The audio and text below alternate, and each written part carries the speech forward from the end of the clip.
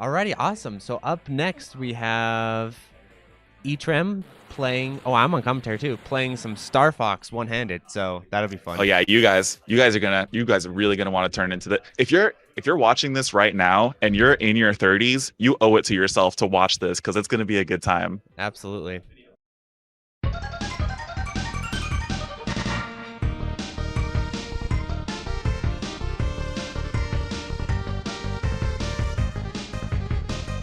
Hello, everyone. Joining me on commentary is Game Boy Guru, old friend of the channel. How's it going?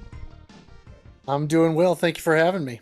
I hope this becomes like a running theme that every year we commentate Ed's runs. That would like be cool. We're like his official designated commentators. I would be down for that. Yeah. So tell them what we got in store today. Oh man. So we're doing Star Fox. But the interesting thing about the run that Ed's doing today is it's kind of a very fast run through the game because he's going to be using a couple of exploits to get through and basically warp from one area to another. So in a way, this is almost a speed run of the game, if you'd like to think of it that way. The other thing, of course, is that it's going to be one-handed. So like last year's UN Squadron run, he's going to be using the ASCII Super L5 controller.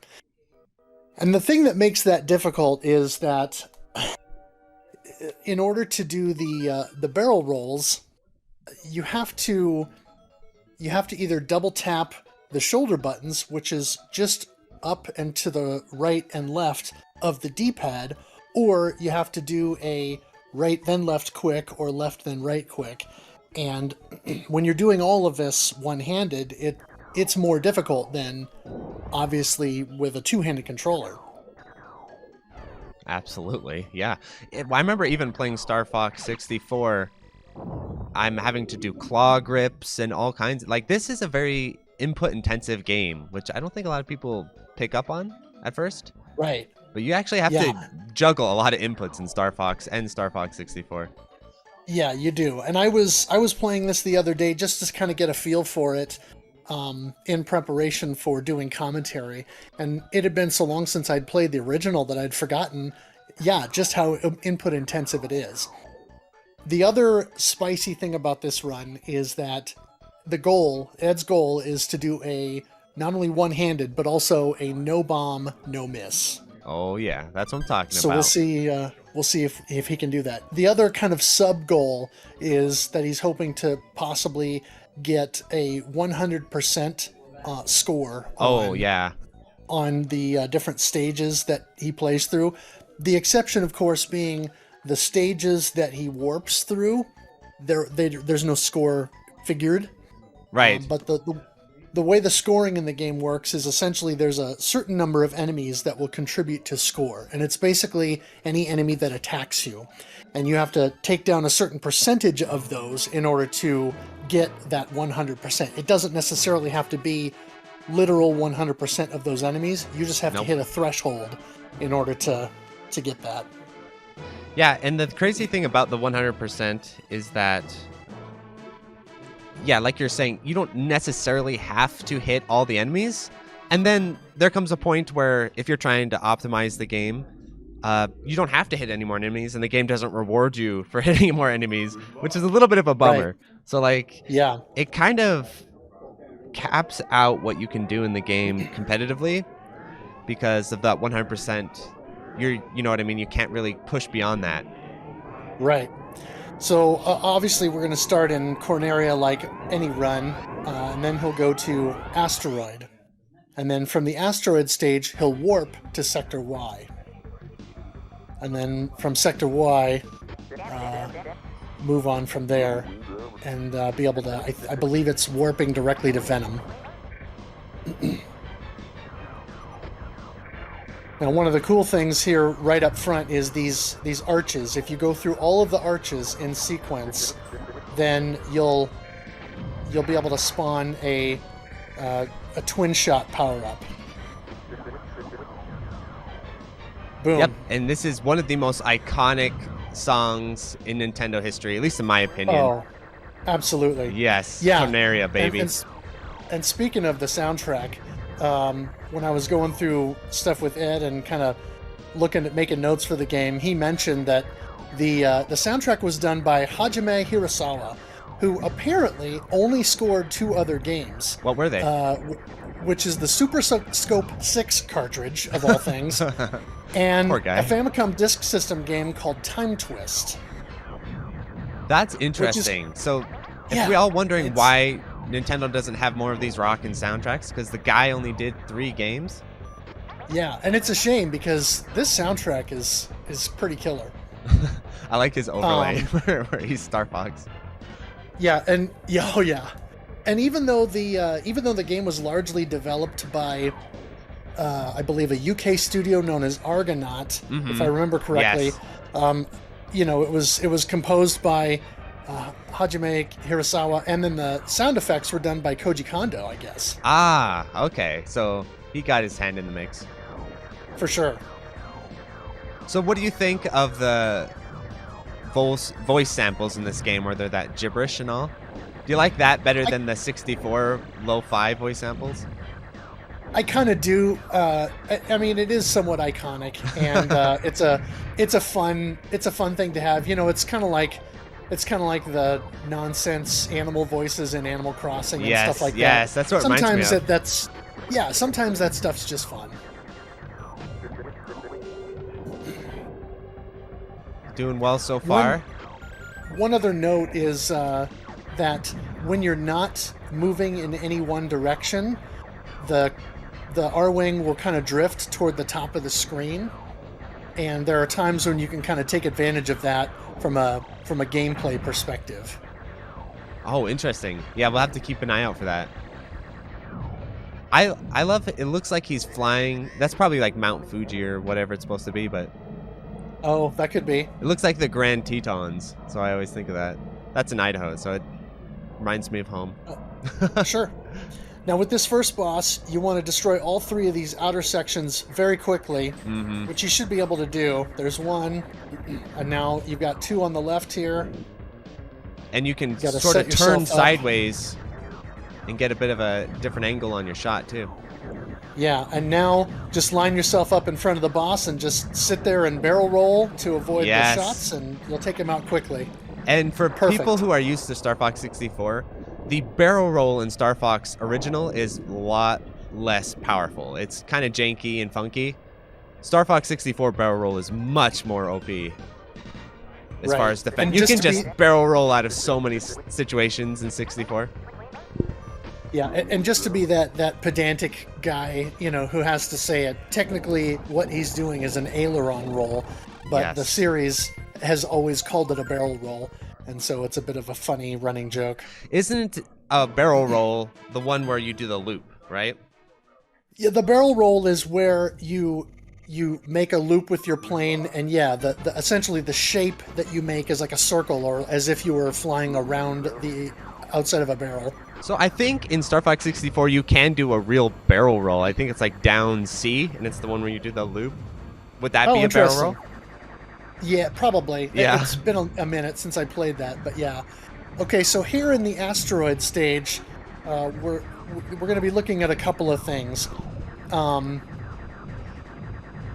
There's these orange asteroids you can shoot down, and so he'll be doing some of that.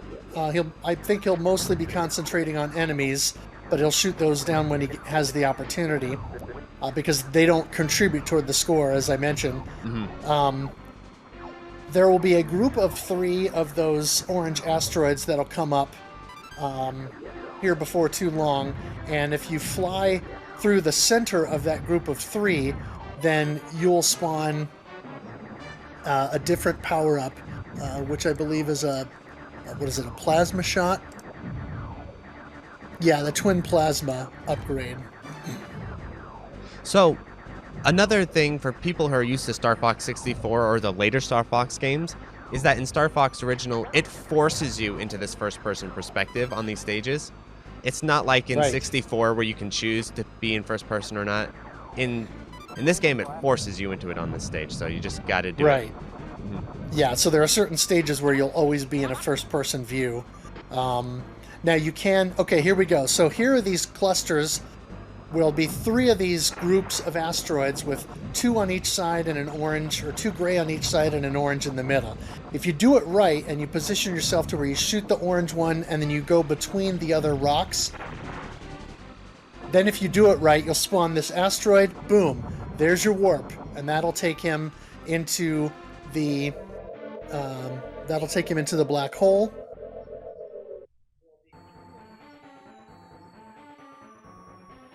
So there will not be there shouldn't be a score percentage then for asteroid, Yeah, and there won't be one for black hole. Because the warps in the black go around hole. It, yeah. Now that he's here, he won't be in here for too long, because the idea is then to try and warp out of here. So there's an extend, which hopefully he won't need. Just for style. That's a style extend. Yeah. There's your twin blaster that you have in the black hole if you miss it from the other. And now this first gate will warp him out of the black hole, and now directly to Sector Y.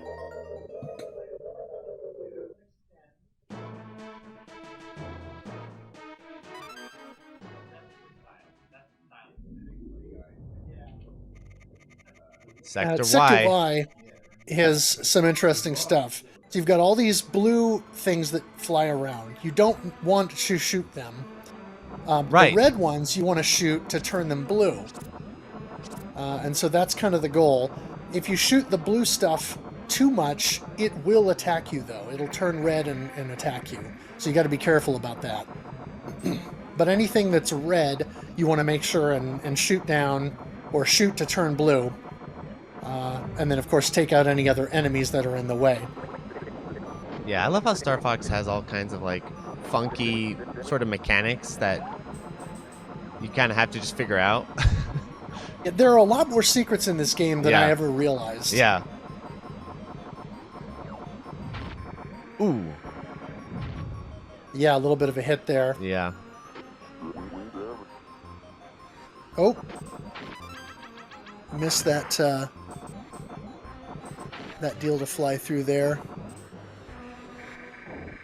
I always felt like the original Star Fox, I really wish they did a proper, like, remaster of it for frame rate, because the frame rate is janky as you know what. Oh yeah, it's pretty rough. And it's kind of obnoxious because Nintendo remakes and remasters everything except Star Fox, apparently. Yeah, so there's the large blue manta ray. You want to avoid that. It can run into you.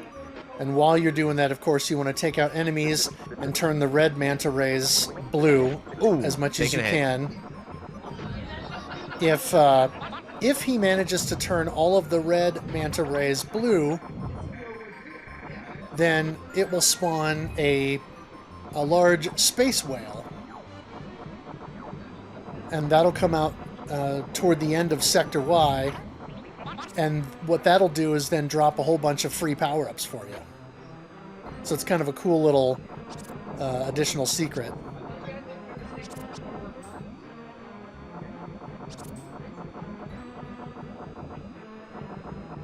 There's a lot of area to kind of roam around, it looks like. Like, it's not...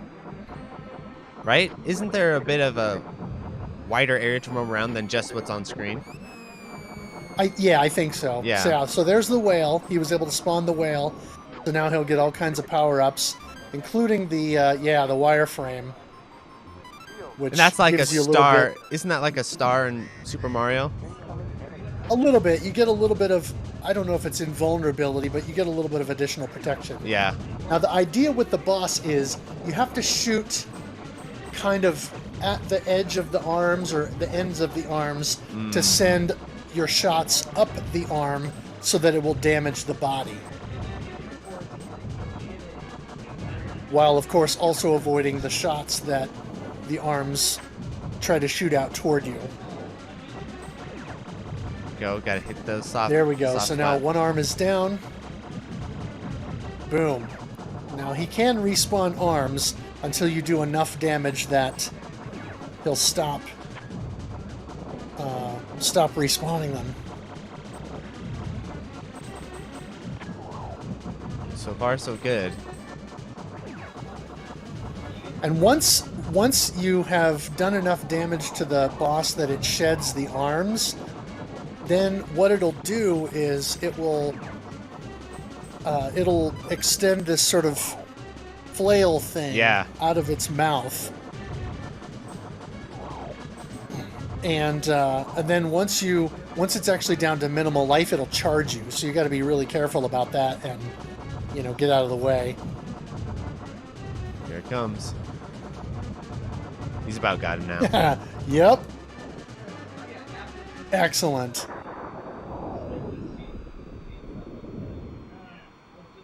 That's stage 4. So with all the warps and stuff, I'm losing track of how many we have ahead of us here. Yeah, so this was Sector Y. Now we're moving on to Venom 1. Oh boy. And there's a lot going on in Venom 1. There are space mines that can blow apart, and it's easy to get caught in them. There are missiles to shoot down, and there are a lot of enemy formations that can be difficult to follow because of how they kind of swoop in and move around the screen. So there's a lot to keep track of. You got the 100%. Yeah. There's, 100%, great. Here we go. One of the best stages in Star Fox history, Venom. Yep, and once again, we're moved into the first-person cockpit perspective. Now, you can change the perspective. There is a button on the controller to allow you to do that. I think it's the select button, if I remember correctly. Oh, right. That's right. But generally speaking, you wanna leave the view that the game defaults to because it is ideal for those particular stages. That's right. Yeah, you can opt out of it. I forgot, but it like forces you into it initially. Yeah. Yeah. Yeah. You've got all these little guys popping up from down below, and then you saw before. You have those the space mines that you can shoot and then blow apart, but then you can still get caught up in the pieces, the shrapnel that comes off.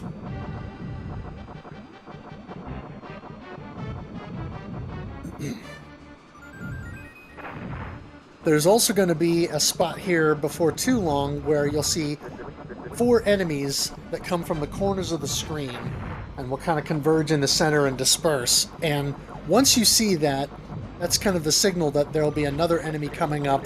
It'll be a wireframe enemy. If you shoot down the wireframe enemy, then it'll spawn a power-up that you can grab. Oh, he needs a little bit of help, yeah. Try to grab those.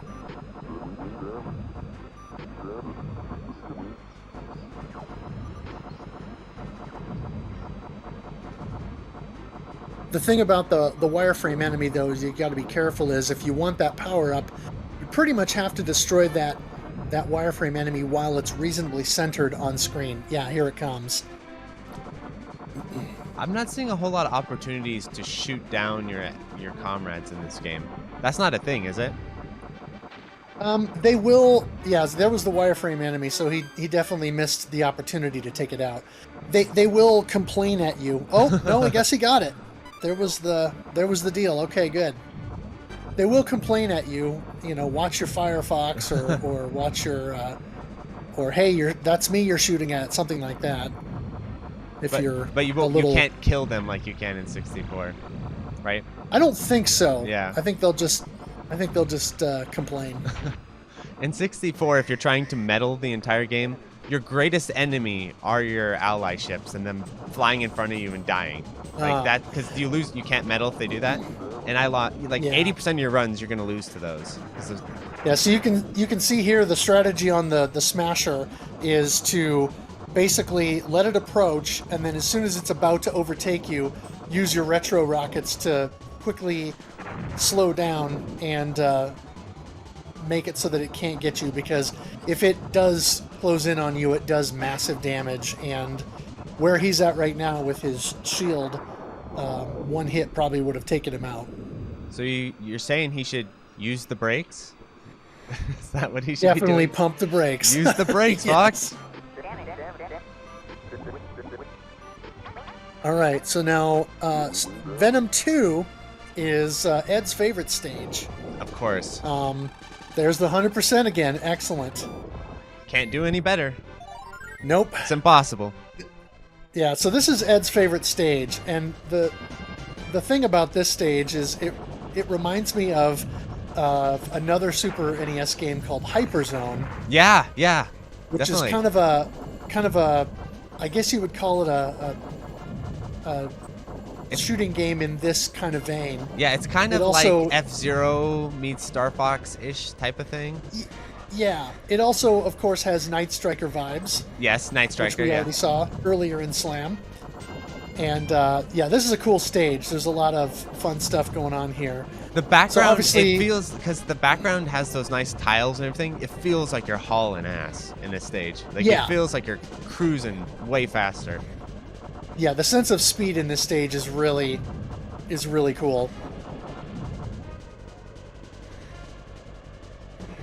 He's probably keeping an eye out for some shield power-ups.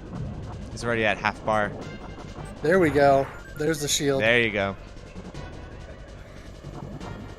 You know what is nice about the original Star Fox is you don't blow off your wings like you do in 64. And You can. Oh, you can. If you take enough damage, you can. If you run into enough stuff, it will. Oh, Yeah. wow. That's actually never happened Yeah. to me, so I assumed you couldn't. Oh, wow, yeah. Yeah, you can, and then there are opportunities in a couple of spots for wing repair. Oh, okay, now so that you'll get system's these- all in there. Now you get these speeder bikes that'll come in from behind you, and you got to be careful to let them kind of pass. So you slow Right. down, let them pass. Ooh, Oh, boy. Oh, boy. Keep those wings on. there we go. And then take them out. And of course you got the audio cue of them coming up behind you. Now with the boss, it'll open up in the front and spawn more of those speeder bikes, but you can only damage it when that hatch is open. So you got to Right. watch for those speeder bikes and take them out. It'll try to ram you, of course. Oh, a little bit We of just a... gotta slip through. Yeah. So can you not roll and hang sideways like you do in 64? You can, yeah. Okay, yeah. Yeah, if you just hold down the shoulder buttons, you can go in one direction or another. Yeah, there we go. I always find sections like these, it's always good to do that to kind of protect your wings a bit better. Yep. All right. Now we go through the tunnel. Oh, Fun yeah. little scripted sequence here. Everyone knows Very this. dramatic. Everyone knows this bit, yeah. Yeah, very dramatic for a 16-bit low poly game.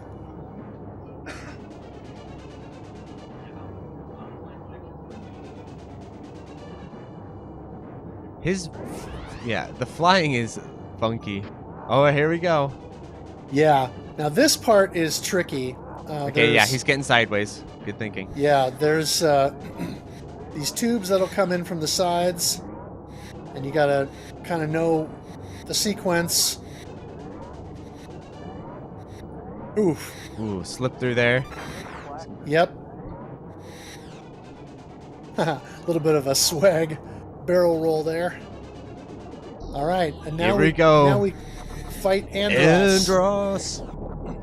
So the strategy here is basically just to Shoot him pelt in him the in face. the eyes, and you gotta move off to the one side in order to avoid getting sucked in. Oh, damn. Yeah. And then here, when he starts shooting all these bricks, you kind of just do this Yeah, around. You do this circular. around the world thing. Yeah, you go Yeah. from the corners of the There we screen. go. One eye is down, One more to go. and this will be phase Oh. 1 of the fight. I can just imagine Star Fox like hanging on to that steering thing and just pulling back on it with all his might. Yep. They need to add a little animation of that in these portrait. Yeah. Phase 1 takes longer because the eyes are a lot spongier Mm-hmm. in the first phase. And those bricks get in the way too. Yep. Ooh, nice. Oh, hurry! Oh, nice. Boom. Okay, there's phase 1. Now we'll actually see Andros. You want to be careful and not fire too much at the face portion. You want to just fire at the top and bottom because it can reflect your shots back. Yeah. Now here, phase 2, the eyes can be destroyed way faster. Ooh. Oh wow, excellent! He didn't even have to get the the blocks, and there it's done. Goodbye, Andros. Andros is defeated. Or is Cornelia he? is saved. Well, for now. For now, is this the true ending or no? It's a good question. That is a good question. We might have to ask Ed when he's Yeah. when he comes on to talk about it here at the end.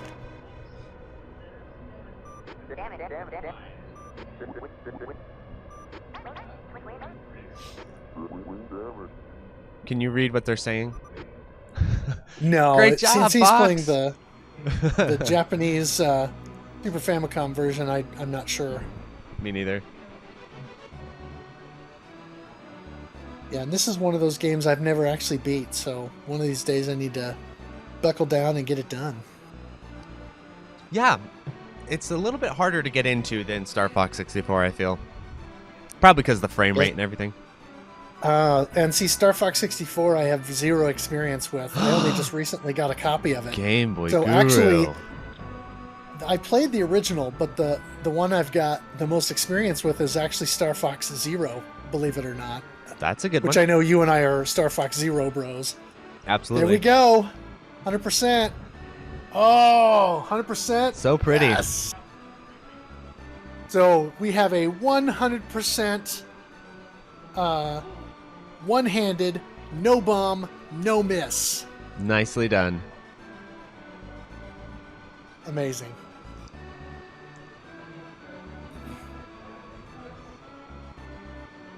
That is an achievement. Yeah, such a fun game. I'm glad he played it because a lot of people overlook Star Fox. You know, they talk about Link to the Past, No. Super Mario World, all great games, of course, but poor Star Fox gets looked over a lot.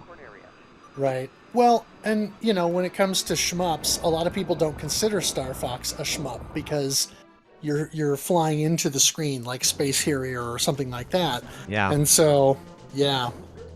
Hello. What's up? Nicely played. Excellent I like your hat. job. We did it. It's to make up for my failure at not getting the perfect running UN squadron last time.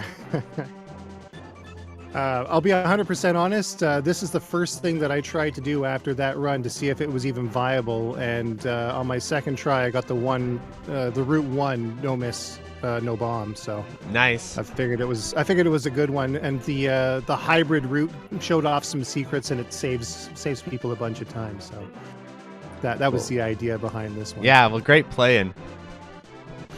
That's pretty. I don't know what I'm going to do next now.